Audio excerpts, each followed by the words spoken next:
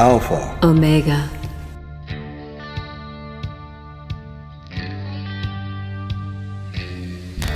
We want to talk to you a little bit more about the ritual that we've been doing in the morning, the opening of the Treasury of Light. We've already talked about the Bruce Codex. Yes, at length. You know, and we've talked a little bit about the ritual, that it comes from the Bruce Codex, found in 1769 in Egypt, that was recovered, and it purports to contain the secret magic that Jesus of Nazareth taught to his disciples. Now, Leslie and I have been working with this magic. Well, we've been doing a magical retirement with it now for 2 years. Yes. And every day, we've been broadcasting it now for quite some time as well. So we've learned quite a few things, actually. Yes, it's interesting. You know, many times in the morning, during the, well, for me, it's an inspiration. As we're going around the circle and we're calling out the divine names, I'm looking usually at the sun the whole time we do this, because I keep it in the viewfinder as I'm doing the filming. And it's like knowledge comes to me through what I'm doing. Right. So that when that portion comes, it's effortless. Right. It's just like knowledge flows, because Yes. it's part of the God Force energy. Yes. The light actually transmits knowledge. Yes, it does. Yes, it does. And it's a very interesting sensation when that happens. It's warm and fuzzy, and, you know, it really reminds me a lot of how I used to feel when I first started doing witchcraft. Right. You know, I attended my first public witchcraft ritual in 1991. It was Halloween of October 1991. And I had been a solitary practitioner to that point. And I was invited by they didn't call themselves a coven, but I later came to find out that they actually were. Oh. It was a women's studies group. Oh, I see. Yes, a women's studies group at West Virginia University, and they were studying various pieces of feminist literature and propaganda. And witchcraft. And witchcraft was right in there with the mix, because it was seen to be very empowering. And in fact, it was, for me, being surrounded by these, in the process of being college-educated women, and learning to move energy in a way different than I had as a solitary practitioner. Right. It very much awakened a lot of new sensations, and I felt a lot of the same inspirations happening too. It's just that the energies feel different. You know, Right. that's lunar energy, and lunar energy has a particularly cool and liquid quality to it, whereas I find sunlight to be more, you know, warm and prickly. Right. Right. So, you know, we're really working with the Bruce Codex, and we're working with all the sacraments. And it's really been a bit perplexing to us, because how do you explain this to others? Right. I mean, what people don't understand what pigeonhole to put us in. Right, because, I mean, look at me. I'm a witch queen, and Right. I'm doing the magic of Jesus of Nazareth. I know. That seems to be very, Contradictory. and yet it is not. It is not. the- Neither from neither from a pagan perspective, nor from the perspective of the Bruce Codex and those early Christians who practiced it. Right. They had absolutely no problem with the pagans of the time becoming a part of their practice. That's right. And In fact, they recruited from them in Egypt. this is what I find so fascinating about it, is that it's the magic. And if it wasn't for the magic, I wouldn't be interested. I am interested in studying magic. And if there's nothing but Jesus parables and stories of him with little lambs at his feet and children on his knee, I would be completely uninterested. Well, there's nothing wrong with Christianity itself. I was raised Christian, and I love Christianity, but I have a real problem with the fact that they reject the magic of Jesus. That, for me, is a huge problem, because Jesus was the greatest magician who ever lived, And mainstream Christianity, having grown out of Roman Catholicism, came from the school that magic is evil, taking a couple of passages from Isaiah out of context. Right. So, yes, magic was demonized at about the 3rd century, about the same time that Constantine became the emperor and Christianity became the official imperial religion. Yes. So, basically, magic was cast out of Christianity. The magic of Jesus became the prodigal son of his own religion. And the secret teachings of Jesus, for all practices and purposes, were lost. Yes. His secret teachings to his disciples. Now, there are many Christians who say, it says here that everything is included here in the Bible. Well, which Bible? Right. You see, the Council of Nicaea decided to exclude a whole bunch of books. They're no longer part of the canonical Bible. And at about the same time, they prohibited the magic of Jesus. If it weren't for some of the early Christians in Egypt who spoke Coptic, who, when the bishops came from Rome and were trying to destroy all of the books, sacred books and remnants of the magical practices of the different Christian groups there in Egypt, they hid them from the Roman bishops. They buried them in the sand. And that's why we have them today. Thank God. Yes, literally. Literally, because if they hadn't done that, we would not have any trace that the magic of Jesus ever existed. Imagine. The most powerful magic on earth for exorcising demons, and it would be lost to us. The most incredible healing magic, and it would be lost to us. The baptisms, the most incredible awakening initiatic rituals you can imagine. I mean, John the Baptist said it himself. I baptize you with water, but one greater than me will come after me, and he will baptize you with fire and with the Holy Spirit. We have these baptism, folks. They've been back since 1769. It's just that it's not known. That's why Leslie and I are doing everything we can to make sure that you understand what's going on, what's back, what's really happening here, because it's a big deal. It is a big deal. It's every bit as big a deal as when the ancient pagan practices were brought back and revivified. You see, Indeed. Wicca is an impulse that it takes a lot of anthropological data and tries to crunch it into one place. Now, when I say that, what I mean is that witchcraft, as I have come to understand it, is the Western European shamanic system. Oh, wow. Okay? Now, Western Europe had its own system of shamanism, just like the Siberians, just like the South Americans, just like the Africans, just like the Asians. We had our own gig, right? And when Christianity came through, it obliterated most of that. This is the problem I've always had with Christianity. Not only did it seek to destroy magic within itself, it sought to destroy magic everywhere. Wow. And as an avid practitioner of magic, I found it very, very, very difficult at first. Indeed, practices that had always been legal in the empire were suddenly prohibited after the reign of Constantine, after Julian, basically. Yes.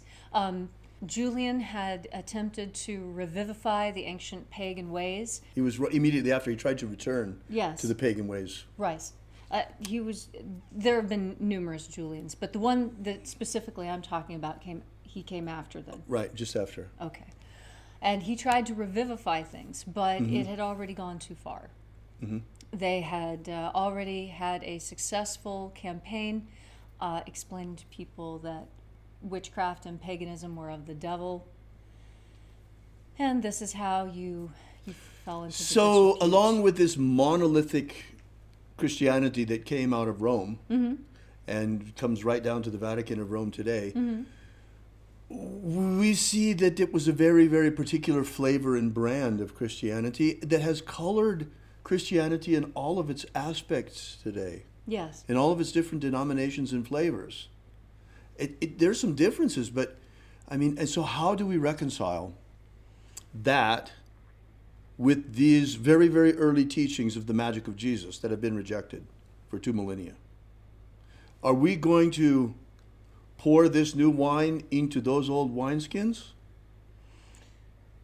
No, This those is what- wineskins are smelly and old. This is what Jesus said. moldy. You pour new wine into old wineskins. What we're doing is equally open to pagans as it is to Christians. The magic of Jesus is not the exclusive property of anyone. It is our heritage here in the West. And all the Christians who are ready to embrace it, welcome. All of the pagans who are ready to embrace it, welcome. It's here. It's technology. It's spiritual technology. We're bringing it out for you in a non-sectarian manner. I mean, come on. I'm married to a witch queen. You know, it's like, how can we make the message clearer? I don't see how we possibly could. But it's time to quit disparaging each other and start looking at what's going on. I mean, and if I have anything to reproach Christianity about, it's the rejection of the magic of Jesus of so many people. It's unbelievable. Okay, there are some things to reproach. I do reproach definitely what's going on in the Vatican with that communist pope today and all of these pedophile priests. That is Satanism that has invaded Christianity. And it's not just there. I mean, look at some of these televangelists. My goodness. I mean, some of these guys, I'm not mentioning any names, but there are guys that you can see the demon shining through their eyes. Yes, you can. So it's not Christians, though. These are people that are exploiting Christians and manipulating you. That's not what we want to do. We want to empower you. We want to share with you the ancient magical tradition of Jesus Christ. And that's open to everyone. Jesus didn't preach just to Christians. No, he didn't. And his message wasn't just for the Jews either. No, it wasn't. He preached openly to everyone and said only that if you believed, it was sufficient. It did not matter where you came from. It didn't matter who your parents were. What only mattered was your capacity to understand and to believe. Exactly. And when it comes to these things, what matters is the tech. We're presenting this tech in a totally non-denominational manner, and yet it still needs a container. So that's why Leslie and I have been talking about this. We've been talking about it actually for months, trying to say, okay, how can we present to people that they will understand? Because it is Christian. Yes. But it's not at all what people understand as Christian today. And this is why we bring up neo-paganism, because the paganism practiced today is absolutely not the paganism of our ancestors. Indeed. It is new. It is based on the old, but it is a new formulation of Right. the ancient knowledge. And that's why we call ourselves neo-pagans. This idea caught on, and we went into neo-shamanism. And in fact, I think this impetus really comes from anthropology. Right. Because in the 70s, as we were coming out of the functionalist school of anthropology, where you study things and the reason why Hindus don't eat cows is because you get more value from a cow if you don't eat it. And so in a poor nation, that makes sense. You create a mythology around it to enforce it to the children. Right. So this is how functional anthropology solves questions. Now, there was an impetus to look at new anthropology, and new anthropology was specifically not functional. It looked at things in more sociological and psychological terms. Interesting. Building upon the work of Ruth Benedict, yes, when she said that culture is history, culture is personality writ large, and that the personality of the people reflects itself in the personality of the culture, and that is how you approach culture and looking how to understand cultures. Interesting. Very Yes, and so interesting. and since anthropologists are the ones who are talking about, well, these are pagans and these are neo-pagans, and anthropologists are very much interested in putting people in categories. Right. So, thus the new moniker. So, yeah. And so what's really interesting and what fascinated me and that we've talked about so many times is how it is that neo-pagans have taken different ancient pagan cults and religious practices and they have faithfully as possible, reconstructed Yes. and then revivified them, Yes. revitalized them, and brought them back to life. Yes. In fact, there are ancient Greek and Roman temples that now have fires burning in them for the first time in thousands of years due to the work of dedicated historical and religious reconstructionists working on the old faiths. So this gives us a great working model, because what Leslie and I are doing is now something very similar. We're doing Christian reconstructionism. We're reconstructing the ancient magical rites that were practiced by early Christians attributed to Jesus. Yes. So this is our job: reconstruction and revival of these ancient rites. Yes. So therefore, you want to say it or shall I say it? Can we say it together? We can say it together. Therefore, we have finally coined a term for what it is that we're teaching with the lost magic of Jesus. Although it's the original and the most ancient, it is also Neo-Christianity. And this is because it satisfies the same requirements Right. as Neo-Shamanism and Neo-Paganism. Right. And so now we have also Neo-Christianity, which is working specifically with the ancient rites and practices attributed to Jesus through his disciples and the followers of his disciples, specifically in Egypt. Yes. And that is because those are the records that we have to work with. Right.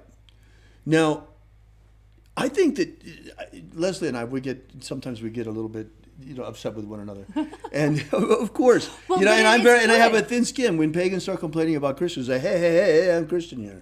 Well, and as a pagan, I've had my fair share of problems living in places like Nebraska and Kansas, as I one can can imagine. imagine. Right. So, but this is good. This is a creative friction between the two of us. Because, to be honest, if there was no such thing as friction, one could not even walk. Right. Because it requires the friction of your foot against the ground in order to Right. have enough friction to And then move. when I think about it, there are plenty of things that I complain about Christianity today. The Right. form is taken today. Yes. Because let's face it, the churches have lost their way.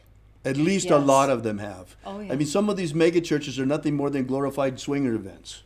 Yes. And then you look at these televangelists and some of these guys, man, they're demons. It's pure Satanism. Mm-hmm. It's unbelievable what's going on.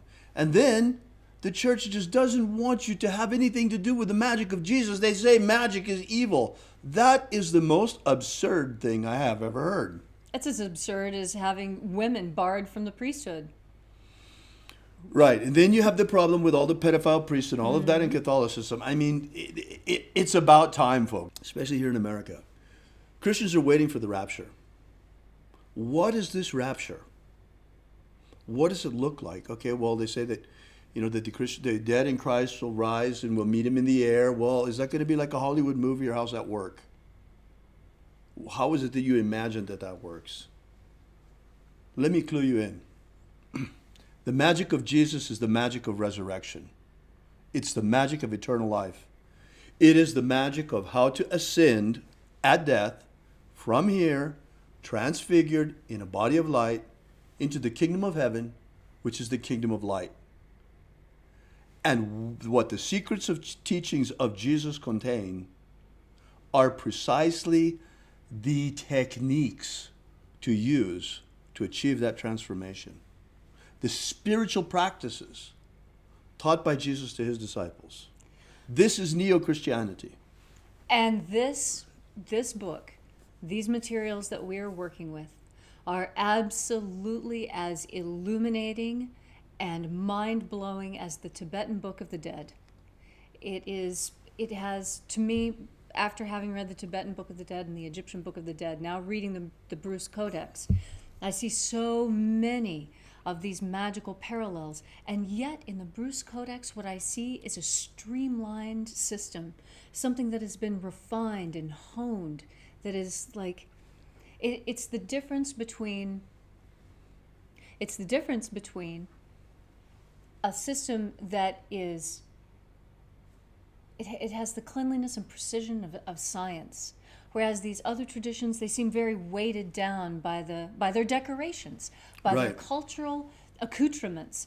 that do nothing more than provide cultural window dressing to make whatever's going to happen next a little bit more palatable. Right. That's absolutely stripped from the magic of Jesus. It's almost as if he was saying, if you can't handle the magic, then you can't handle me.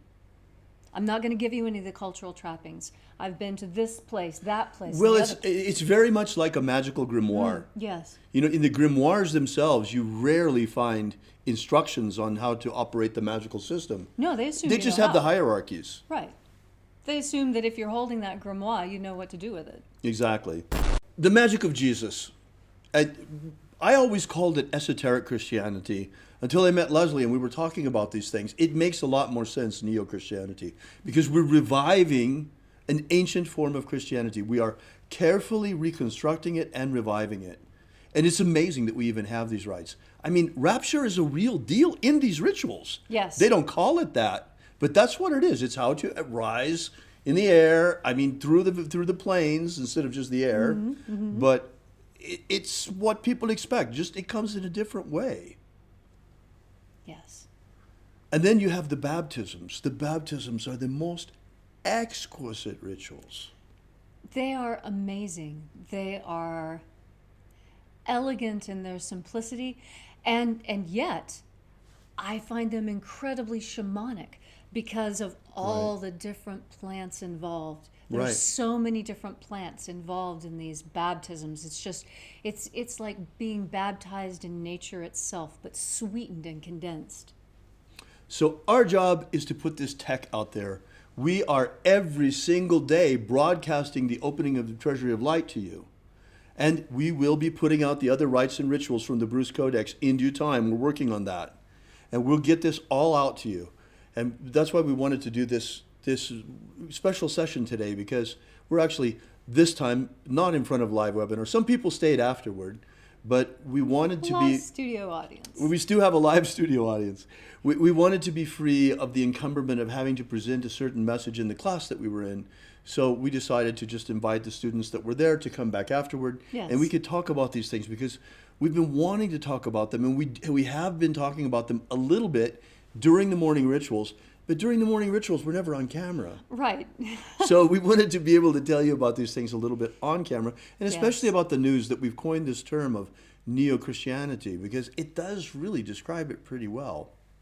Yes, and I really don't think that, as I think about how neo-shamans and shamans interact when they find each other at the same anthropological conference, I'm sure that the interaction will be roughly similar between Christians and neo-Christians. We shall see, but certainly the magic of Jesus is carving out its place in the Christian scene. Yes, it is. One way or another, because we're putting it out there. People can take it or leave it, accept it or reject it. If the Christians want to reject their heritage, I'm sure that there are plenty of pagans who'll be happy to scoop it up. I love magic of all kinds, and I am discerning in that I like high quality, effective magic. And I have been working with this system, and I can assure you that as far as working with demons, exorcising demons, healing magic, and magic of, I would say, just overall happiness and a feeling of being uplifted. It's so, it's so much different from the witchcraft tradition, where the witchcraft tradition makes you feel very solid and very anchored here, in the here. When you travel into the distance, you're aware that you're traveling into the distance and that you're moving through dimensions. But you're rooted here on Earth. The Bruce Codex and the work that I'm doing with the magic of Jesus of Nazareth, this is, it has an elevating quality to it that does not dissipate when the ritual is over. Just like the earthy feeling from the pagan rituals never dissipated. But this is of a higher, more refined quality. And when you're just interested in day-to-day life and spiritual elevation is not anything that's important to you, and you are comfortable in the idea that upon death you become compost and everything is recycled. I mean, if you're comfortable with that, then witchcraft is a great place for you to be. Summerland is the closest thing that witches have to a heaven. And it's something that is pretty much just like life here, except you never get dirty and you never get tired and you never get hungry. But this magic is different. This magic is elevating to a different dimension, keeping a lot of the feeling and of happiness and contentment that is found in those loftier realms, but bringing that back down into earth. And it's because of the God force contact, Yes. the God force energy. You know, and that's what's really interesting because, you know, once you discover the God force and understand what it is, you realize that what Jesus was talking about when he was talking about abundant life was the God force. When he talked about rivers of life, he was talking about the God force. Yes. When he talked about Holy Spirit, he was talking about the God force. Yes. It's this incredible vital life energy that's everywhere, all around it, and all you have to do is tap into it, and our culture could give two whits about it. right. It's really quite sad. It's really quite sad. And it's very important that this knowledge come out again, and that's what we're here for, and that's what we're doing, and that's the work of the Alpha Omega. I want to mention one more thing about this rapture business. You know, there's another thing that theologians here in America have been debating about, because there are some that say that the rapture is going to happen before the tribulation, and others say that no, Jesus is coming again after the tribulation. He can't come before the tribulation because he's coming after. How do you do both before and after? Well, there's a simple answer to that. It's the first time, it's not the man who comes. Now, here we are, just before the tribulation, by the way. We're right here with the Antichrist 666 social justice credit score system Right. ruling everything in China already and getting ready to be imposed worldwide by big tech. So this is just around the corner. And right on time, what shows up? Not Jesus himself, just his magic. This is, folks, in fact, the second coming of the magic of Jesus. That's how big a deal this is. Yes. And so we're going to put it out there. It's there for all who want it. Prophecy says only 144,000 will embrace it. We shall see if that's the truth, if that happens as well. You know, we talk about the secret teachings of Jesus to his disciples. There's an important difference in neo-Christianity to Christianity about this point, because Christianity says that all of the disciples were men. Neo-Christianity does not say that at all. No. You want to tell them, Leslie, or shall I? In the Bruce Codex, you have actually, if not the primary, one, in many instances she's the the primary. primary. In many instances, the primary disciple of Jesus was none other than guess who? Mary Magdalene. Of course. She was his favorite. Of course she was his favorite. Right. She was his closest disciple. So don't think that the magic of Jesus is only for men. Don't think that the secret teachings of Jesus to his disciples are only for men. No, women were there with men on an equal basis, in fact, elevated because he loved her so much. Yes. She was the most beloved of the master. Yes, and she received the majority of the teachings, and the deepest of the teachings, and the most thorough education. So yeah, it's very important, I think, for the women out there to hear this and understand this. And that's why your role in this is also extremely important. I mean, from the very beginning, from the very, very beginning of bringing this magic back to life, it has not been me alone, a man, but it has been a man and a woman Working together as Alpha and Omega. doing a lot of research, comparing a lot of notes, having a lot of conversations about what it is that I'm finding as I'm researching, what it is we experience as we experiment, what he's finding in his research. It's really been a journey for me, because Jesus was always a very problematic figure for me when I was growing up. I was not raised with the teddy bear Jesus that everybody else seems to talk about. The Jesus that I was exposed to was exactly like my relatives. He was demanding, made unreasonable requests, seemed to enjoy putting me in difficult situations, and basically just told me to sit down, be quiet, and don't get anything dirty. Oh, wow.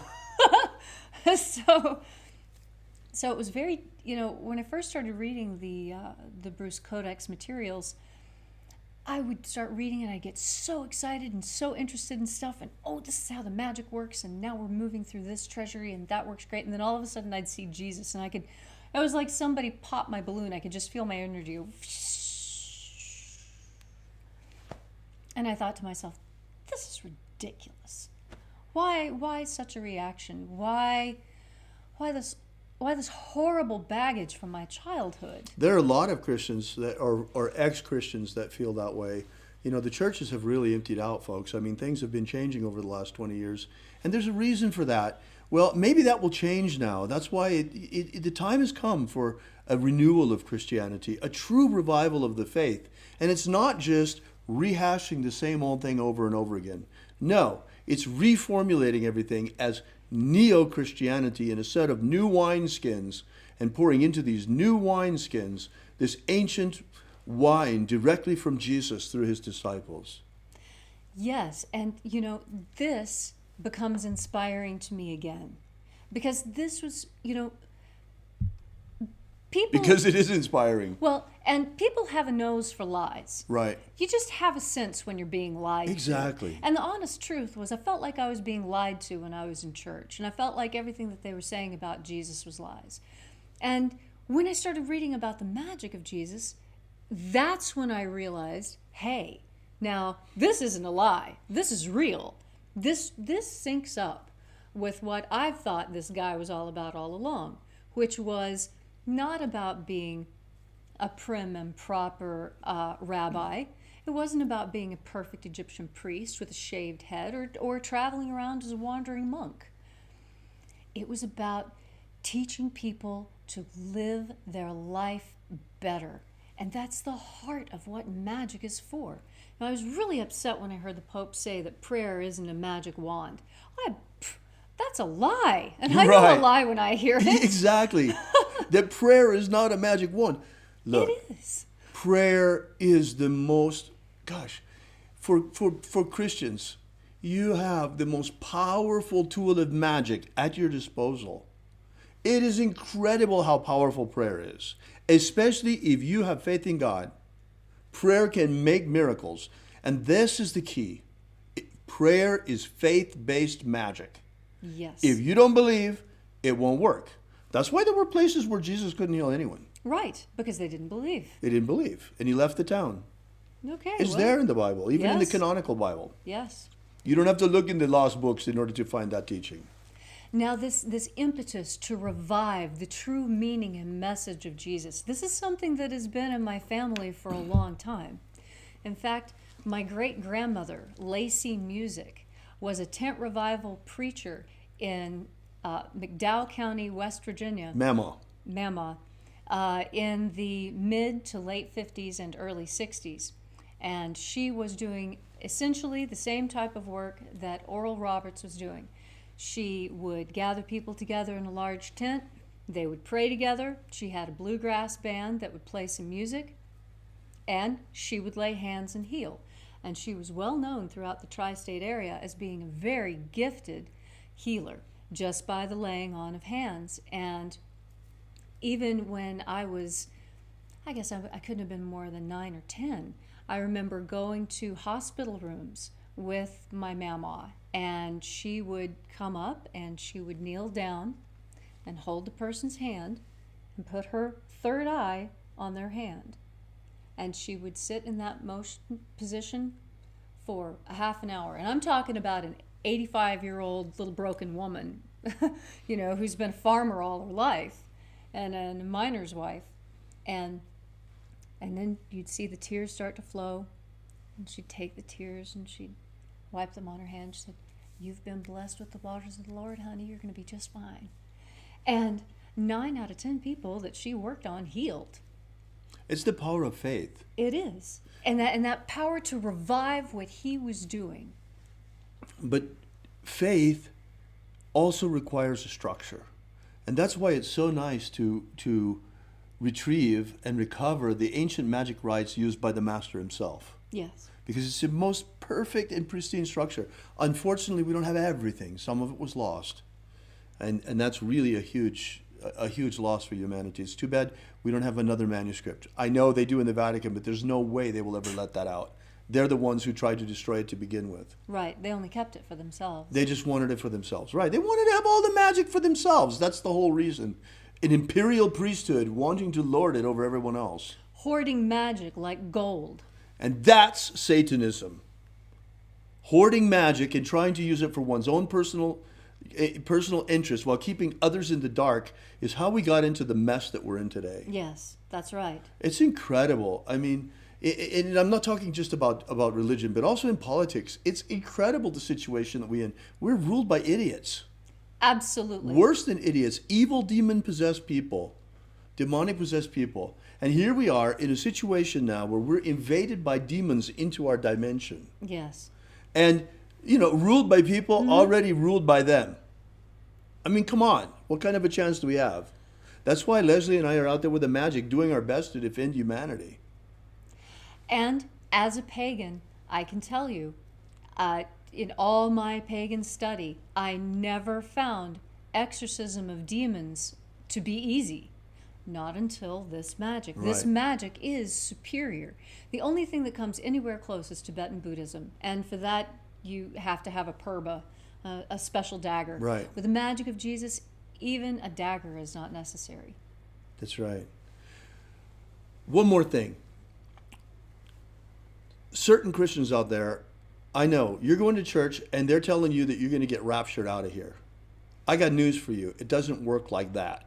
Yes, the rapture is here. But no, you're not going to get out of here just like that. So we either defeat the New World Order and establish human freedom worldwide, or we're going to be enslaved. Yes. It's just that simple.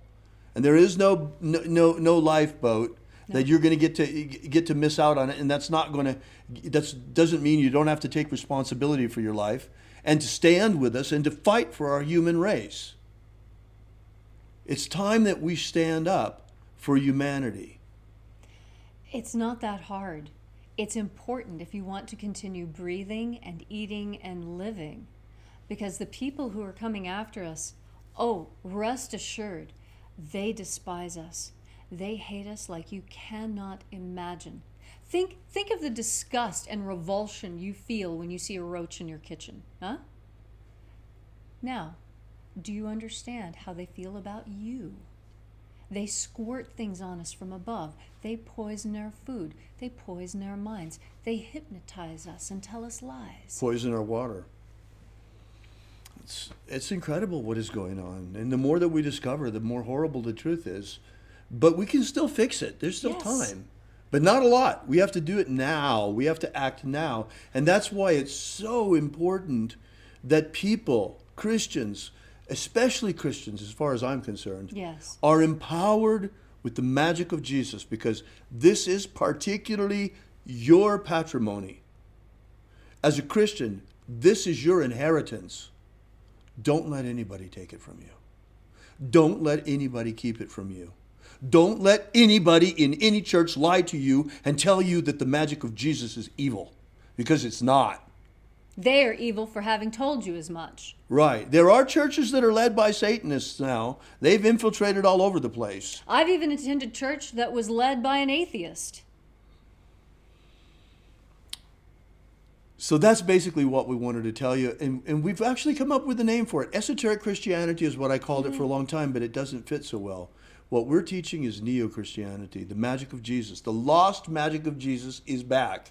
This is the second coming of the magic of Jesus.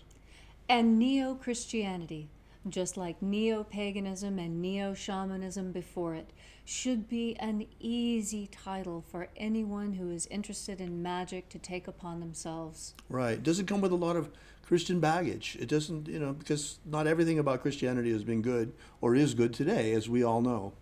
And you don't have to wear a pointy hat like in paganism, and you don't need a drum like in shamanism. All you need is your faith and your belief that Jesus was, in fact, the greatest magician ever to have lived. And then the rest, you experience it yourself with the power of the system. So for now, Well, we're working on getting this out there, and we're working hard at it. Keep coming to our rituals in the morning. We invite you every day to visit our ritual, or whenever you feel like dropping by. Ritual right now is around 7 a.m., just before 7 a.m. Pacific time. 6:54. 6:54 it was this morning. And then we rebroadcast throughout the day, every hour on the hour of the even hours. That would be 10, 12, 2, 4, etc. And you can find us on Facebook. You can find us on YouTube. You can find us on alphaomega.church. You can find us on golden-dawn.com. We are broadcasting in all of those places. One last thing before we go is I wanted to thank you Oh, because I've studied a lot of manuscripts, but I was unaware of the existence of the Bruce Codex. it was a well-guarded secret in esoteric circles for a long time, and academic circles, because they had no idea what they had their hands on. Oh, and once I saw it, I was 110% on board, and I really am tremendously grateful for the opportunity to work on this reconstruction project. It's incredibly important. It's I'm so fantastic. grateful that you're here helping. I mean, imagine, I have an archaeologist and an anthropologist to help me with this mission of reformulating Christianity into neo-Christianity by bringing back the lost magic of Jesus. I mean, I couldn't be more lucky in that sense. And it's amazing to me because I, who have been so interested in magic my entire life, I finally have an opportunity to study the magic that my mama was studying. It's a very long story as to how my family kept the two of us separated for so many years. But now I finally get that connection with her. Wonderful. And I'm it's so glad amazing. to hear it. Thank you. I'd like to also, before we close, I'd like to draw your attention to our website, alphaomega.church. I've been doing a lot of work over there for the last couple of days, and we're still in progress. It's going to take a couple more weeks probably, maybe a little longer. We'll see. But there's a lot of things going on over there. We even have a ministerial track for people looking for ordination Yes. or consecration into the episcopate. We have a whole lot of apostolic successions, and that's for people that want to go through the baptisms and all of that stuff too. But that's coming down the road. For now, we still have our free ebook that's already out there, Was Jesus Secretly a Magician? And you can find out more about us and about our church and about the work of this ministry at alphaomega.church.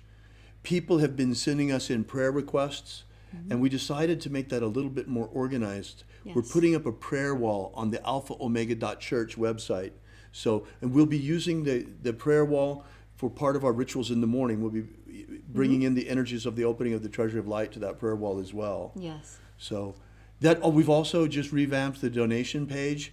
We appreciate the folks who've been donating to us Thank over you there. so much. Thank you so much. It really makes things easier. It does. It's, Leslie and I, we really work hard, and we really only take out enough just to get by, and everything else goes back into the mission. You Yes. can ask Leslie about that. We really do. We grow as quick as we possibly can, Yes. and we are growing. Yes, we are.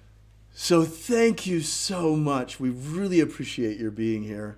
Yes, thank you for sticking around and being part of this, our first Alpha Omega message. Right, this is our first Alpha Omega message for our church. Yes. Specifically for our church, where we're on camera. Right, talking to you about the mysteries that we teach here at the Alpha Omega Church. The religious mysteries that we teach here, because it is religious, but it's also not just religious, it's spiritual and magical. It's all of that. Yes, and also to teach you about neo-Christianity and what a magical practice can be. Right, and what a magical practice was to the early Christians living in Egypt. Yes. Yes. I mean, think about it. The baptism of water, as powerful as it is, John said, I'm not even worthy to untie his shoelaces. And he's coming with the baptism of fire and the baptism of the Holy Spirit, and you can have these baptisms. They're back. Yes. So thanks for coming out. And remember, have faith and expect a miracle. And until we have the pleasure of each other's company again, May your magics work better than expected. Bye-bye. Thank Bye. you. See you soon.